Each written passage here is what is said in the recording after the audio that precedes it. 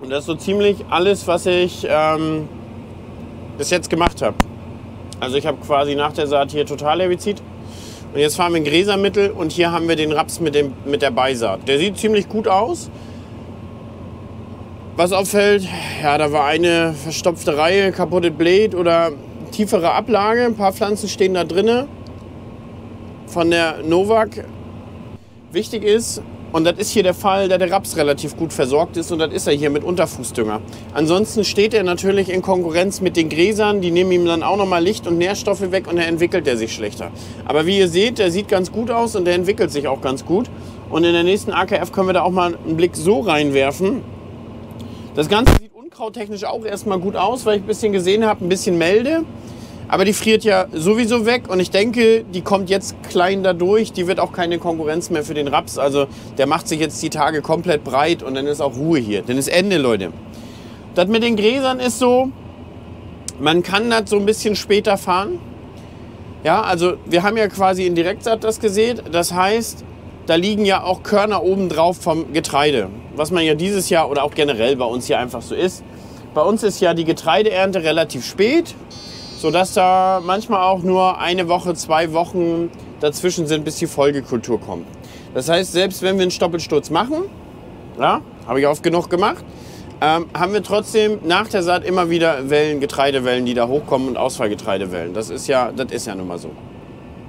Und da ist es so, wenn man da ein bisschen später wartet und die Geduld hat, dann nimmt man ja quasi alle Wellen mit. Das heißt, ein Teil des Getreides kommt nach einer Woche, der nächste Teil nach 13 Tagen und dann nochmal ein Teil meinetwegen nach 20 Tagen, der dann halt ganz tief liegt.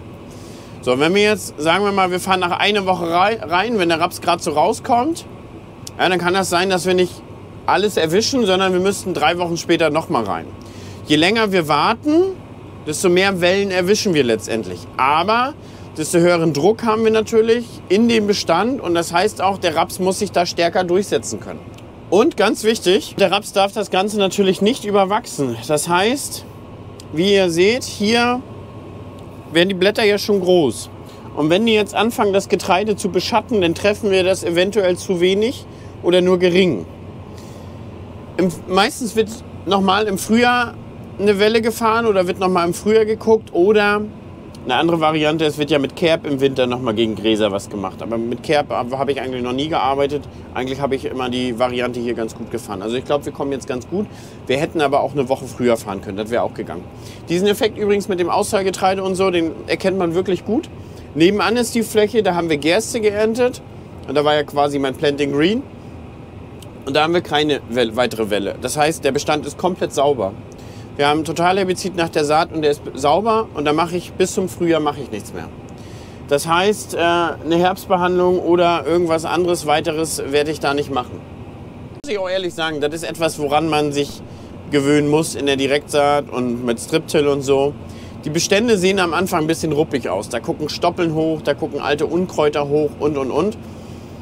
Nichtsdestotrotz sieht das schon ganz schön geil aus, wenn so ein Bestand durch die Stoppeln da hochkommt. Das hat auch was. Aber ein schierer Acker, wo die Kultur hochkommt und der Feldaufgang so ist, dass du da hinterher gucken kannst, das ist natürlich, da ist das Auge gewohnt. Gebe ich euch recht. Und das ist auch so.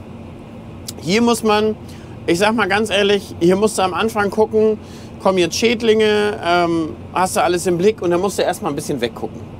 Ja? Das heißt, du kontrollierst deine Bestände, aber du guckst da nicht so, oh, wie schier sieht der Bestand aus, sondern du musst den gut unterstützen, gucken, kommen Krankheiten, ja, nein, vielleicht, kommen Schädlinge, dann kannst du was machen. Ansonsten ist es nichts für das Auge. Aber was wissen wir, da ist so. Aber wenn der so jetzt so wie hier zwischen den Stoppeln hochkommt, der Bestand, dann sieht das auch geil aus, um ehrlich zu sein. Sieht dann auch geil aus.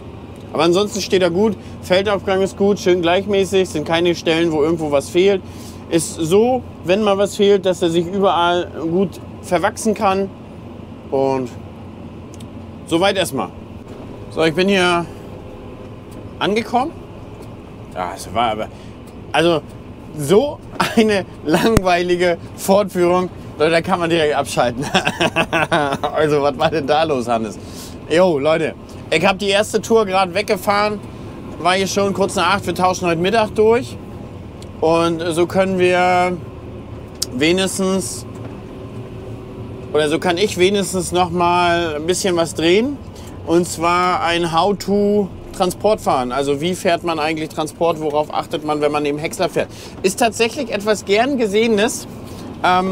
Muss ich natürlich so machen, wie ich fahren würde oder wie ich Häcksler fahre.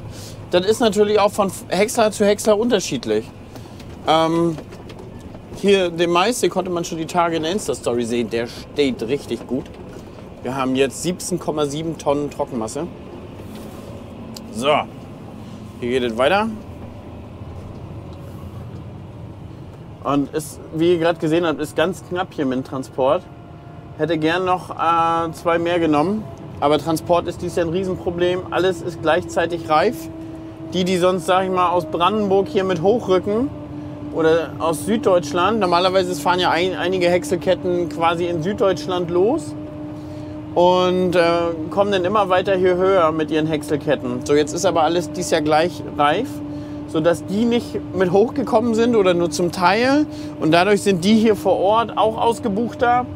Ja, dann gibt es aktuell noch Lieferprobleme. Also der bei mir jetzt gekommen wäre, der wartet noch auf 4 neue Traktoren. Ja, und so kommt dann halt eins zum anderen. Und dann ist das dies Jahr alles knapp. Aber dann ja, ist das so, dann müssen wir das auch irgendwie schaffen. Das können wir ja nun nicht ändern. So, müssen wir hier gucken. Wir sind gerade jetzt hier dabei, den Keil gerade zu fahren. Das sind hier 2 Keile sozusagen. Mal gucken, wie er reinfährt. Das ist immer schwierig zu sehen bei so einem Keil. Aber anscheinend bin ich auch ein bisschen zu weit gefahren. So.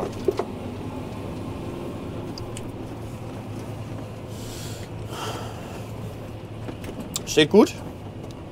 Biogasanlagen zahlen auch aktuell richtig gutes Geld, sodass der Mais voraussichtlich die lukrativste Kultur sein wird. Also ich glaube nicht, dass das von den Sonnenblumen noch geschlagen wird. So. Ich habe mir jetzt den Autopilot hier gemacht. Also wir fahren ja, die Spur heißt Fahrgasse, die wir fahren. Und das heißt, ich habe genau die Linie, die wir ja auch fahren. Und so brauche ich jetzt hier nicht lenken, sondern ich raste den dann sozusagen nur ein und brauche mich nur um die Geschwindigkeit kümmern. Wir haben dieses Stück ist tatsächlich auch mit der Fahrgassenrichtung gelegt worden. Da gab es ein kleines Malheur und Missverständnis beim Striptill. Und ja, dann kann man das ja nicht mehr umwerfen, dann muss man halt so fahren, wie man Striptill gemacht hat. Sterben wir aber jetzt auch nicht von. Schöner Kolbenansatz haben dieses Jahr die Pflanzen. Und ja, da bringen sie halt viel Gesamtmasse mit. Wir haben dieses Jahr nicht sehr hohe Pflanzen. Dazu war es anfangs zu kalt. Und erst trocken, kalt, sodass die Pflanzen jetzt nicht ihre 4 Meter geworden sind, was man ja manchmal dann gewohnt ist in sehr nassen Jahren. Aber dafür hatten wir die Feuchtigkeit und Wärme im Sommer, sodass der Kolbenansatz wirklich schön geworden ist. Und wir auch wirklich gute Stärkeerträge runterfahren. Der Stärkeertrag ist für uns jetzt auch nicht so relevant wirklich. Wir kriegen nach Tonne bezahlt. Also da gibt es keinen Stärkebonus oder irgendwie sowas. Aber es zählt letztendlich die Gesamtmasse. Und was dieses Jahr wirklich auch schön gelungen ist, dass auch auf dem Sandberg haben wir wirklich wunderbare Kolben. Das ist eigentlich da, wo wir dann immer sonst nur diese Mixed Pickles Kölbchen haben. Aber das sieht dieses Jahr wirklich hervorragend aus. So, wenn wir jetzt hier am Vorgewende angekommen sind, wir fahren ja mit Turmdrehen. Das heißt, wir schneiden keine Beete an. Wir fahren hier mit Turmdrehen. Das heißt, wir warten, bis das da raus ist. So, zack. Dann kommt der Häcksler so ein bisschen mit. Der dreht auch. Muss man hier manchmal ein bisschen warten. Genau. Und dann können wir hier wieder mit reinziehen. Fahren so ein bisschen quasi hinterm Schneidwerk lang und fahren wieder rein. Das spart enorm viel Wendezeit und spart auch Überfahrten am Vorgewende der Fläche. So, genau. Und so geht es auch weiter. Das ist ein Vorgang, der dauert jetzt nicht lange. Und das ist auch wichtig. Wendezeiten machen ganz viel aus bei der Arbeit. Und da haben wir das minimal. Und wir haben halt den Vorteil auch, dass wir jetzt irgendwie nicht am Vorgewende noch irgendwie 300, 400 Meter, 200 fahren müssen. Und wir müssen natürlich nicht so oft anhäckseln. Also ihr könnt euch vorstellen, ankabeln heißt das ja quasi. Ihr fragt mich nicht, warum das Kabel heißt. Könnt ihr mal gerne in den Kommentaren schreiben, warum das Kabel heißt. Das ist ja so, man kann es quasi in der Mitte durchschneiden, dann fährt man immer rechts und links. Wir haben aber so das Problem bei unseren langen Feldern hier, und das auch sind auch wieder hier über 1 Kilometer, wir kommen ja nicht mit einem Transporter rüber. Das heißt, wir brauchen 2, 3 Transporter, um einmal rüber zu kommen beim Anhäckseln. So, dadurch müssen wir halt innerhalb der Branche auch schon Schlaufen fahren überhaupt, damit die wieder raus können. Oder du hast halt 3 Transporter, die hinterherfahren, die fahren aber dann auch erst alle los, wenn du einmal durchgekommen bist. So, und da die auch in der Kette nach und nach erst ankommen, kommt es da häufig zu Verzögerung. Deswegen fahren wir so, Spur an Spur. Und der Vorteil ist halt so wie hier, die Transporter können wirklich über die Kante komplett ranrücken und können dich schneller erreichen, weil sie auch komplett den ganzen Weg mitnutzen können und müssen nicht sozusagen von oben innen fahren und dann wieder raus. Also die Wege werden dann auch ein bisschen kürzer. Und nächster Vorteil ist, wir haben auf einer Seite wirklich Ruhe fürs Wild. Das heißt, Wildschweine, Rehe können wirklich eine Seite sich in Ruhe rausziehen. Und das ist auch unsere Erfahrung mit den Jägern. Die haben eine Seite für ihre Bejagung und meistens zieht sich auch das Wild in der ruhigen Seite raus.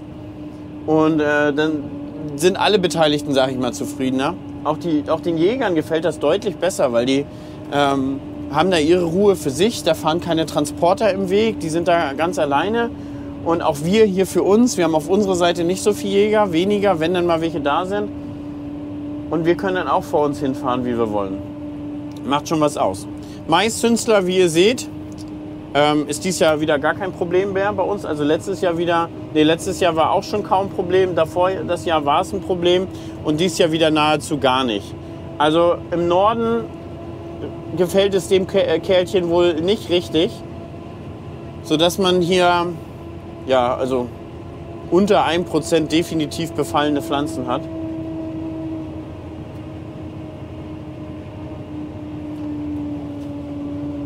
Ich will das einfach ein bisschen mitlaufen lassen hier für euch. So, jetzt kommt der Turm hier übrigens. Ich achte mal drauf, dass der parallel ist. Jetzt kommt er hier weiter nach vorne. Jetzt will er hier vorne befüllen. So, dann lassen wir den jetzt hier fahren. Da seht ihr, wie der das wegschlingt. Ich sage euch, ich fahre jetzt 14 Jahre Häcksler. Und das ist immer noch beeindruckend, was die Dinger machen. Das ist, vor allen Dingen wird einem das richtig bewusst, wenn man mal unten rein muss und man hat da irgendwie mal einen Stopfer oder man hat da irgendwie mal Metall oder ähnliches. Da wird einem mal richtig bewusst, was das an Masse ist, was das Ding wegschlingt. So, jetzt haben wir jetzt hier den Fall. Ihr seht, wir sind voll und wir können hier vorne direkt den Weg anfahren. Jetzt fahren wir zwar ein bisschen quer über den Acker, aber man muss sagen, es ist super trocken hier. Boden ist hart. Wir haben seit Wochen keinen nennenswerten Niederschlag gehabt. Und deswegen sind die Böden gut befahrbar und dann kannst du auch mal so quer rüberfahren. Ist es natürlich weich, dann fahren wir strikt unser Liniensystem halt gerade nach unten und dann quer raus. Hast aber auch mehr Überfahrt auf der Fläche. So. Ihr seht jetzt auch an sich, wie schnell das Ganze geht mit voll. Und ja, da fehlt es jetzt am nächsten Transporter. Aber ich meine, wir sind heute schon mal 5. Morgen sind wir 6. Geht voran. Erträge sind Gott sei Dank auch gut. Also es fetzt. Macht Spaß. Macht Spaß. Und jetzt muss ich auch sagen, habe ich langsam... Erst hatte ich gar nicht so richtig Lust auf Maishäckseln, weil es ja auch eine unfassbar stressige Zeit für mich. Weil ich bin ja nicht nur Häckslerfahrer, ich bin ja auch Organisator und dies, das, jenes. Und ja, filmtechnische Sachen hast du ja auch noch. Also dann hast du ja trotzdem mal Mailverkehr und dies, das, jenes, was du alles nebenbei beantworten musst. Musst du immer alles mitorganisieren. Deswegen ist die Häckselzeit für mich ultra anstrengend. Also nur Häcksler fahren ist schon anstrengend und dann das Ganze noch dazu. Und deswegen ist es auch immer so, ja, einerseits freut man sich so, Maishäckselsaison macht unfassbar Spaß. Aber auf der anderen Seite ist wieder so, das ist hart, das ist hart. Aber dann wiederum, wenn das denn geschafft ist, wenn Maishäckseln dann durch ist, dann hat man so ein richtiges Gefühl von Erleichterung. Weil dann ist die Saison so gut wie vorbei. Dann hast du das Gröbste geschafft und hast du alles hoffentlich in trockenen Tüchern. Hoffentlich ist nicht viel kaputt gegangen. So, das hat man ja dann immer im Hinterkopf. Und dann atmet man immer so richtig durch und dann ist es bei uns auch so, wir haben meistens einen goldenen Herbst und dann immer so ja, kühle Temperaturen, 15 Grad, Sonne. Dann hat man so dieses Feeling, das ist einfach unbeschreiblich, was man danach hat. Diese Erleichterung, wieder eine Saison durchgestanden, was heißt durchgestanden zu haben. Das ist ja intensiv hier, zweifelsohne. Das ist ja hart, ja. Also aktuell sehe ich auch wieder meine Familie nur beim Schlafen und von daher Macht das Spaß, aber das ist keine Frage. Der Tribut, den man zahlt, der ist da. Der ist da. So, da kommt der nächste Transporter. Seht ihr ungefähr, wie weit der weg war. So Leute, jetzt haben wir das Problem. Meine GoPro hat hier gerade die Hufe hochgerissen. Ich mich gerade schon gewundert, warum der Ton immer so komisch aussieht, wenn ich aufnehme. Jetzt hat das Ding einfach mal den Geist aufgegeben. Schöner Mist, um ehrlich zu sein. Weil ich wollte jetzt gerade noch euer How to Drive drehen. Hier auf dem Boden, ihr erinnert euch, wir hatten da echt ein paar Probleme beim Striptill. Das hat das Ganze natürlich ein bisschen uneben gemacht. Ich will dieses Stück sowieso zum nächsten Jahr nochmal Tiefen lockern, weil hier sind einfach Spuren drin von vor mir. Richtig tief reingefahrene Strukturschäden, die will ich da einfach wegbekommen. Hier kommen nächstes Jahr Erbsen hin und dann werde ich davor tief lockern und nach den Erbsen sollen eigentlich Raps folgen. So, ja, meist hier richtig solide, wie ihr seht. Ich muss erstmal klarkommen mit einer anderen Kamera filmen. Und ich wollte euch nämlich das noch gerade aufnehmen, wie das aussieht, wenn wir da den ganzen Verkehr fahren, durch den ganzen Verkehr fahren. Hier fahren heute 3 Häckselketten. Mensch, das ärgert mich gerade ein bisschen mit der GoPro. Ich muss mir erstmal für Ersatz sorgen. So, ich hoffe, man kann das gut erkennen. Ich habe gedacht, wir nehmen mal jetzt das Spektakel mit auf, wenn wir jetzt hier einmal lang fahren. Und ab hier geht es eigentlich noch verkehrstechnisch. Schlimmer, wenn es gleich aus der anderen Richtung. Ich habe aber auch das Gefühl, die Häckselkette in diese Richtung, die hat aktuell gerade Pause. Oder ist was kaputt oder die häckseln gerade neue Stück an. Weil aus der Richtung kam jetzt ein paar Minuten keiner. Ich weiß nicht, ob ich das hier eingesprochen habe oder noch in der GoPro, die jetzt kaputt gegangen ist. Also wir fahren jetzt aktuell mit 3 Häckselketten hier lang. Und durch den Ort nur 2 Häckselketten. Insgesamt sind es hier 3. Und das ist natürlich, ihr könnt euch nicht vorstellen, was hier los ist. Das ist der absolute Wahnsinn. Wir fahren durch den Ort, aber ein bisschen ruhiger. Hier nicht extrem auf Krawall. Man muss ja auch ein bisschen für Akzeptanz bei den Leuten sorgen. Und ja, deswegen fahren wir hier durch den Ort ein bisschen ruhiger durch. Ich meine, die sind das hier eigentlich gewohnt. Die wissen, dass das 2-3 Tage ist hier Action und dann ist wieder Ruhe. Das wissen die Dazugezogenen aber nicht. Aber also in der Regel sind das wenige. Aber die meisten Leute wissen das. Wir sind jetzt auf dem Hinweg 3 Schlepper entgegengekommen oder 4 Schlepper auf diesen 1 Kilometer. Und vor mir ist einer gefahren und hinter mir ist einer gefahren. Wäre jetzt verrückt, wenn wir jetzt keinen sehen. Also aktuell sehe ich da den ersten kommen. Aber normalerweise war das auch, dass hier dann gerade einer runtergekommen ist. Aber ich glaube, der musste gerade stehen, der Häcksler, weil da ist gerade nur einer unter. So, dann gibt es beim Transport eigentlich immer ein paar Grundsätze, woran sich eigentlich alle halten. Klar, gibt immer ein paar Ausreißer, aber eigentlich halten sich da alle dran. Und zwar, leer macht immer Platz. Ich glaube ehrlich gesagt, Leute, meine Antenne hat einen weg. Also ich habe nur noch 50 Meter Reichweite und ich habe sonst immer über Kilometer Empfang. So, also aktuell geht's. Da vorne kommt noch einer, waren jetzt nur 3 Fahrzeuge auf der kurzen Strecke. Aber ihr müsst euch das ja in der Frequenz vorstellen, wenn man jetzt angenommen, man wohnt hier, der fährt mindestens jede Minute ein Transporter vorbei. Ist natürlich auch jetzt ein Zufall, dass auch wirklich alle 3 Häckselketten jetzt hier lang fahren. Normalerweise überschneidet sich das manchmal ein bisschen. Und so eine Extremfälle hat man schon ein bisschen selten. Aber man muss natürlich, ihr seht selber, man muss ein bisschen vorsichtig fahren, man muss seine Maschine im Griff haben und man darf sich da auch nicht zu überschätzen. Gerade wenn wir jetzt so ein bisschen am Rand rankommen und haben hohe Geschwindigkeiten, neigen doch diese großen Hänger dazu, dass sie sich aufschaukeln, ja? Dass sie dieses Wanken mit einmal machen. Und das ist besonders gefährlich, wenn wir kleine Schlepper davor haben. Weil ihr könnt euch vorstellen, so ein Dreiachser-Hänger und dann Schlepper mit wenig Gewicht davor, das ist Spielzeug für so einen Hänger. Ja, also der fängt dann an, wenn der Hänger schiebt von hinten und der fängt auch an, die Achsen da so ein bisschen umherzuschieben.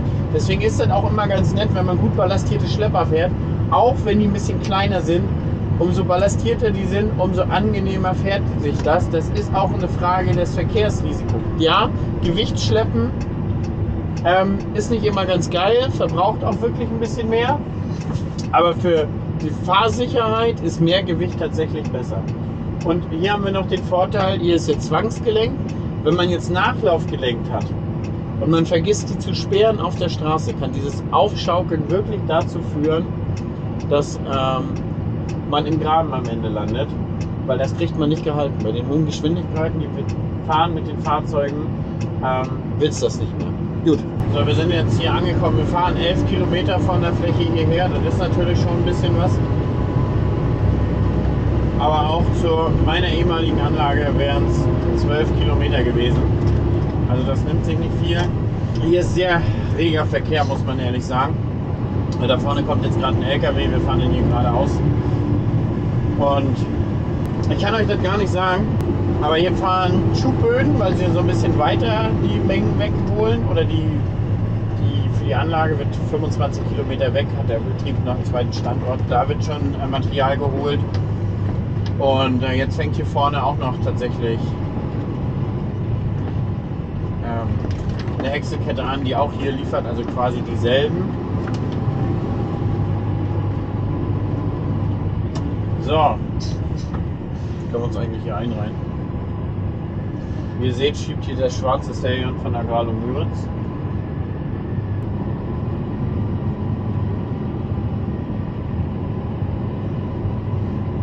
So, Kamera ist noch an. Ist krass, was die bewegen, die Jungs.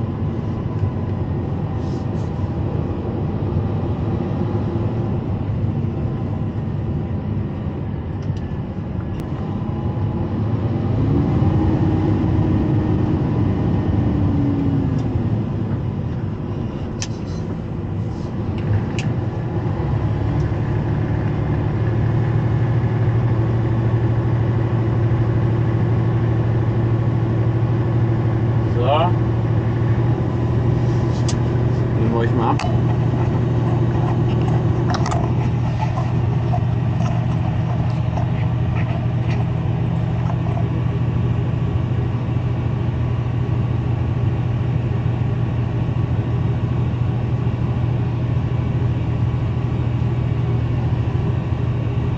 Wenn es so ein bisschen schwer ist, dann ist das so ein bisschen, fängt er so ein bisschen an zu wippen hier beim Abschieben.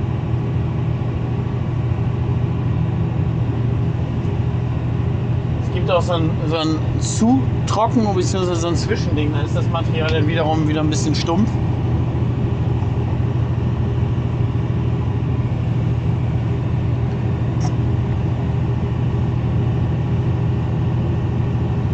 So, ihr seht, da geht richtig was weg. Und das macht der Dicke da ganz entspannt. Wir sprechen natürlich von dem Schlepper, nicht von dem Fahrer. Der Fahrer ist sehr dünn.